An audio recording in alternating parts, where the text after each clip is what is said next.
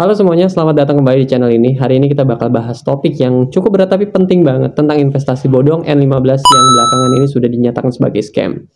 Sebelum kita mulai, disclaimer dulu ya, gue bukan seorang profesional keuangan, bukan ahli hukum, bukan penyidik kriminal, gue cuma orang biasa yang peduli dan pengen berbagi cerita dan edukasi biar kita semua bisa lebih waspada. Oke, kita mulai dulu dari yang paling dasar. Apa sih itu skema Ponzi? Jadi gini, skema Ponzi itu sistem di mana uang dari member baru dipakai buat keuntungan ke member yang lama. Kesannya cuan, padahal ya itu cuma muter duit orang doang. Nggak ada bisnis nyata, nggak ada produk jelas, cuma sistem gali lubang, tutup lubang yang pada akhirnya pasti ambruk. Analoginya kayak gini, misalnya gue janjiin untung 30% per bulan, tapi sebenarnya duitnya buat bayar lu sendiri gitu. Jadi duit dari lu gue buat bayar diri lu sendiri, sambil ambil dari duit dari orang lain juga gitu ya, yang baru masuk. Nah kalau udah nggak ada yang orang baru, game over dan akhirnya scam meledak. Yang bikin miris skema-skema seperti ini selalu dibungkus dengan janji manis dan kata-kata motivasi. Misalnya, gabung sekarang, kerja dari HP doang, duduk santai, bisa dapat income pasif, katanya. Cuan konsisten tiap minggu, hasil pasti, resiko minim, gitu, pasti cuan. Ya kurang lebih seperti itu ya. Padahal kalau kita pikir lagi, pikir logis, mana ada bisnis beneran yang bisa kasih untung 30-50% per bulan. Loh, deposito aja 5% ya setahun ya, susah. Jadi, susah deh pokoknya. Jadi kalau ada yang nawarin untung fantastis tanpa usaha, tanpa resiko, harusnya itu bukan bikin semangat tapi bikin curiga ya. Yang bikin tambah sedih itu sebenarnya sinyal bahaya ini tuh udah banyak yang ngasih tahu. Salah satunya datang dari Roy Sakti, konten kreator yang udah dari lama ngasih edukasi soal skema-skema seperti ini ya, penipuan, skema Ponzi dan lain-lainnya. Ini udah dibahas sama dia dari lama. Di channel YouTube-nya juga dia udah bahas secara detail kenapa N15 ini patut dicurigai, dari sistemnya, cara rekrutmennya, sampai janji-janji imbal hasil yang nggak masuk akal. Tapi apa reaksi orang? Orang malah ngehujat, cibir, dibilang sirik, gagal cuan. Ada yang bilang karena nggak dapet downline, karena nggak bisa dapet downline makanya kamu bilang begitu, bla bla bla bla.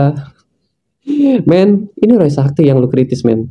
Dan ini bidang dia gitu. Lo harusnya berpikir ulang, kenapa kok bisa-bisanya gue berani mendebat dia bidang ini, padahal ini adalah bidangnya dia. Ya nggak tahu ya, namanya juga udah terbutakan sama profit dan sama janji-janji itu ya. Sekarang N15-nya udah scam, banyak yang mulai buka suara ya. Cerita-cerita korban itu udah mulai berdatangan, bermunculan di Facebook terutama ya. Ada yang jual motor buat setor modal, ngutang ke temen, ngutang ke saudara, pakai tabungan pendidikan, pakai tabungan andalan, semuanya keluar kerjaan karena yakin udah ketemu jalan yang pas banget, jalan pintas banget nih untuk menuju kaya. Dan sekarang zong, uangnya lenyap, akun hilang, leader menghilang, yang ngajak ikutkan kabur. Padahal itu teman sendiri ya, atau mungkin saudara juga, dia ikutan kabur pastinya ya. Yang tertinggal cuma rasa malu, nyesek, bahkan trauma. Banyak dari mereka mentalnya hancur, merasa bersalah ke keluarga, hilang arah, bahkan sampai ke titik depresi. Yang paling nyakit itu banyak dari mereka yang awalnya cuma ikut karena percaya sama teman atau keluarga, tapi akhirnya dikhianati oleh sistem yang mereka nggak benar-benar paham. Teman-teman, satu hal yang perlu kita camkan ya, nggak ada kekayaan yang bisa didapatkan secara instan. Kekayaan itu harus hasil dari proses. Dari kerja keras, belajar, gagal, bangkit. Bukan dari nabung sambil rebahan, uang kerja sendiri. Itu mimpi. Dan mimpi itu bisa berubah jadi mimpi buruk kalau kita lengah. Jadi kalau sekarang lo udah jadi korban, gue cuma bisa bilang, lo nggak bodoh.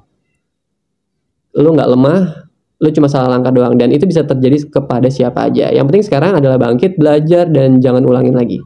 Nah, kalau buat lo yang belum jadi korban tapi nonton video ini, tolong banget belajar dari pengalaman orang lain biar kamu nggak ngalamin sendiri ya. Dan kalau kamu lihat teman kamu atau keluarga kamu hampir ikut dengan skema yang sama, jangan takut untuk buat kasih tahu. Walaupun mereka pasti ngeyel sih, marah. Seenggaknya lo udah kasih tahu mereka ya. Oke, segitu dulu video dari gue ya. Kalau lo punya cerita tentang N15 atau pengalaman serupa, boleh banget share di kolom komentar. Semoga video ini bisa jadi pelajaran buat kita semua. Jangan lupa like, share, and subscribe. Komen juga ya, biar makin banyak yang teredukasi. Sampai jumpa di video berikutnya dan tetap hati-hati dalam memilih investasi.